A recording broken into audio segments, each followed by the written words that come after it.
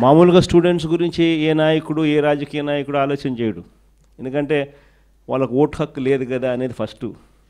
కానీ వాళ్ళే రేపొద్దున భవిష్యత్తు అని ఆలోచన చేయగలిగిన వాడు మాత్రమే రాజకీయ నాయకుడు కాదు, లీడర్ అవుతాడు. అలాంటి అడుగులు పడింది వైఎస్ఆర్సీపీ అని నేను గొప్పగా చెప్పగలుగుతా.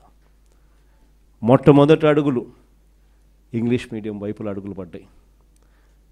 బడులు మార్చాలి, గవర్నమెంట్ బడులలో చదివే పిల్లలు కాంపిటేటివ్గా ఒక ఆస్పిరేషన్గా ఎవరైనా కూడా why should anybody go to Narayana, why should anybody go to Chaitanya, why should anybody go to any private పెద్ద స్కూలు. మన గవర్నమెంట్ స్కూళ్ళు ఎందుకు అలా లేవు? మన గవర్నమెంట్ స్కూళ్ళు ఎందుకు ప్రైవేట్ స్కూళ్ళతో పోటీ పడే పరిస్థితి ఎందుకు లేదు? గవర్నమెంట్ స్కూళ్ళలో ప్రైవేట్ స్కూళ్ళతో పోటీ పడే పరిస్థితి వచ్చినప్పుడు, లేదా ప్రైవేట్ స్కూల్సే గవర్నమెంట్ స్కూల్స్తో పోటీ పడే పరిస్థితి తీసుకొచ్చినప్పుడు అప్పుడు పేదవాడి జీవితం బాగుపడుతుంది అన్నది మొట్టమొదటి సీడ్ అక్కడి నుంచి పడింది. ఆ సీడ్లో భాగంగా వేగంగా అడుగులు మార్చాం. మొట్టమొదటిసారిగా ఇంగ్లీష్ మీడియం తీసుకొచ్చాం. Mandatory English medium, compulsory English medium స్కూల్స్గా ఇంగ్లీష్ మీడియం స్కూల్స్ మార్చాం. 3వ తరగతి నుంచే టోఫుల్ను ఒక పీరియడ్గా తీసుకొచ్చినాం. 3వ తరగతి నుంచే సబ్జెక్ట్ టీచర్ కాన్సెప్ట్స్ని తీసుకొచ్చినాం. ప్రతి పిల్లాడి చేతిలోనూ ఆక్స్ఫర్డ్ డిక్షనరీ కూడా బుక్కులతో పాటు ఇచ్చినాం, తెలుగు టు ఇంగ్లీష్ ట్రాన్స్లేషన్కు ఫెసిలిటేట్ చేస్తూ. ప్రతి పిల్లాడికి కూడా 8వ తరగతికి వచ్చేసరికి ట్యాబులు చేతిలో పెట్టి ఆ పిల్లాడిని గొప్పగా ప్రైవేట్ స్కూల్స్తో కన్నా ఇంకా బెటర్ ఎడ్యుకేషన్ ఇచ్చే విధంగా అడుగులు వేయించే కార్యక్రమం చేసాం. ఇంగ్లీష్ మీడియం కాదు, సిబిఎస్ఈ కాదు, ఏకంగా ఐబీని తీసుకొచ్చి మన గవర్నమెంట్ స్కూల్లో మన పిల్లలకు పరిచయం చేసినాం. ఐబీ వాళ్ళు జెనీవా నుంచి వచ్చి మన స్టేట్ గవర్నమెంట్తో పనిచేయడం మొదలుపెట్టారు. 2025 first class, 2026 second class, 2027 third class and so on and so fourth పెట్టుకుంటూ 2035కి వచ్చేసరికి మన పిల్లలు 10th క్లాస్ ఎగ్జామ్ ఐబీలో రాసే విధంగా ఐబీ జెనీవా వచ్చి స్టేట్ గవర్నమెంట్తో పనిచేయడం మొదలుపెట్టింది. ఎందుకు ఇవన్నీ జరిగాయి? కారణం ఏమిటి అని అంటే, ఆ స్థాయి ఎడ్యుకేషన్ కన్నా మన పిల్లలకు కన్నా మనం కన్నా ఇవ్వగలిగితే, మన పోటీ అనేది మన ఆంధ్ర కాదు, మన పోటీ అనేది ప్రపంచం. ప్రపంచం మొత్తము తో మన పిల్లలు పోటీ పడేటప్పుడు ఆ ప్రపంచంతో పోటీ పడే చదువులు మన పిల్లలకు అక్కడి నుంచి స్టార్ట్ అవుతున్నాయా లేదా అన్నది ది మోస్ట్ ఇంపార్టెంట్ ఆస్పెక్ట్ అవుతుంది. అక్కడి నుంచి వ్యవస్థను మార్చుకోవచ్చు.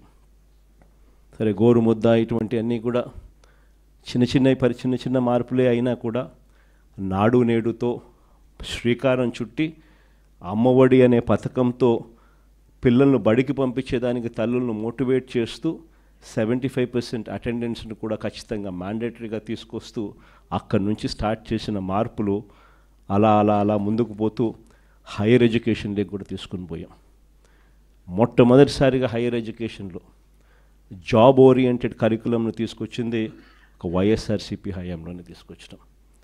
మొట్టమొదటిసారిగా మన చదువుల్లో లేనిదేమిటి, వెస్ట్రన్ చదువుల్లో అడ్వాన్స్డ్ కంట్రీస్లో ఉన్న చదువుల్లో ఉన్నదేమిటి అని మొట్టమొదటిసారిగా బేరీజు వేశాం.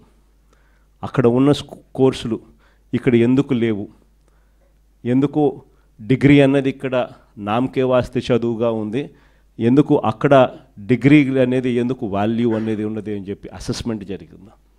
ఎడెక్స్ అని చెప్పి ఒక సంస్థని తీసుకొని వచ్చి ఐవీ లీగ్ కాలేజెస్ అంటే ఈ స్టాన్ఫర్డు, ఎంఐటి, ఇవే కాకుండా ఎల్ఎస్సి, ఇటు పెద్ద పెద్ద యూనివర్సిటీస్ అన్నిటితో కూడా వాళ్ళ ఆన్లైన్ వర్క్, వాళ్ళ చదువులు, వాళ్ళ సర్టిఫికెట్లు, వాళ్ళ డిగ్రీలు మన కోర్సులో కరికులంలో భాగం చేస్తూ సర్టిఫికెట్లు కూడా వాళ్ళ దగ్గర నుంచి వచ్చేట్టుగా, క్రెడిట్స్ వాళ్ళు ఇచ్చేట్టుగా భాగస్వాములను చేస్తూ ఎడెక్స్ ద్వారా మన డిగ్రీలో కరికులంలో ఆన్లైన్ ద్వారా పార్ట్ చేస్తున్నాం. ఇది మొట్టమొదటి మార్పు. డిగ్రీలో క్వాలిటీ ఇంప్రూవ్ చేస్తూ మొట్టమొదటిసారిగా డిగ్రీలో మ్యాండేటరీ ఇంటర్న్షిప్ తీసుకొచ్చినాం. మొట్టమొదటిసారిగా డిగ్రీకి వాల్యూ ఇస్తూ చదువులు ఉండేట్టుగా కాలేజీలన్నీ కూడా ఖచ్చితంగా నాక్ రిజిస్ట్రేషన్ వైపు అడుగులు వేయచ్చు. మనం రాకమునుపు ఎన్ని కాలేజీలు తెలుసా నాక్ రిజిస్ట్రేషన్ ఉండేది? 257 కాలేజీలు 2019 నాటికి నాక్ రిజిస్ట్రేషన్లో ఉంటే, మనం వచ్చిన తర్వాత నాక్ రిజిస్ట్రేషన్ కాలేజీలు 2024 ఫిబ్రవరి నాటికల్లా 437 కాలేజీలకు తీసుకొని పోయినాం.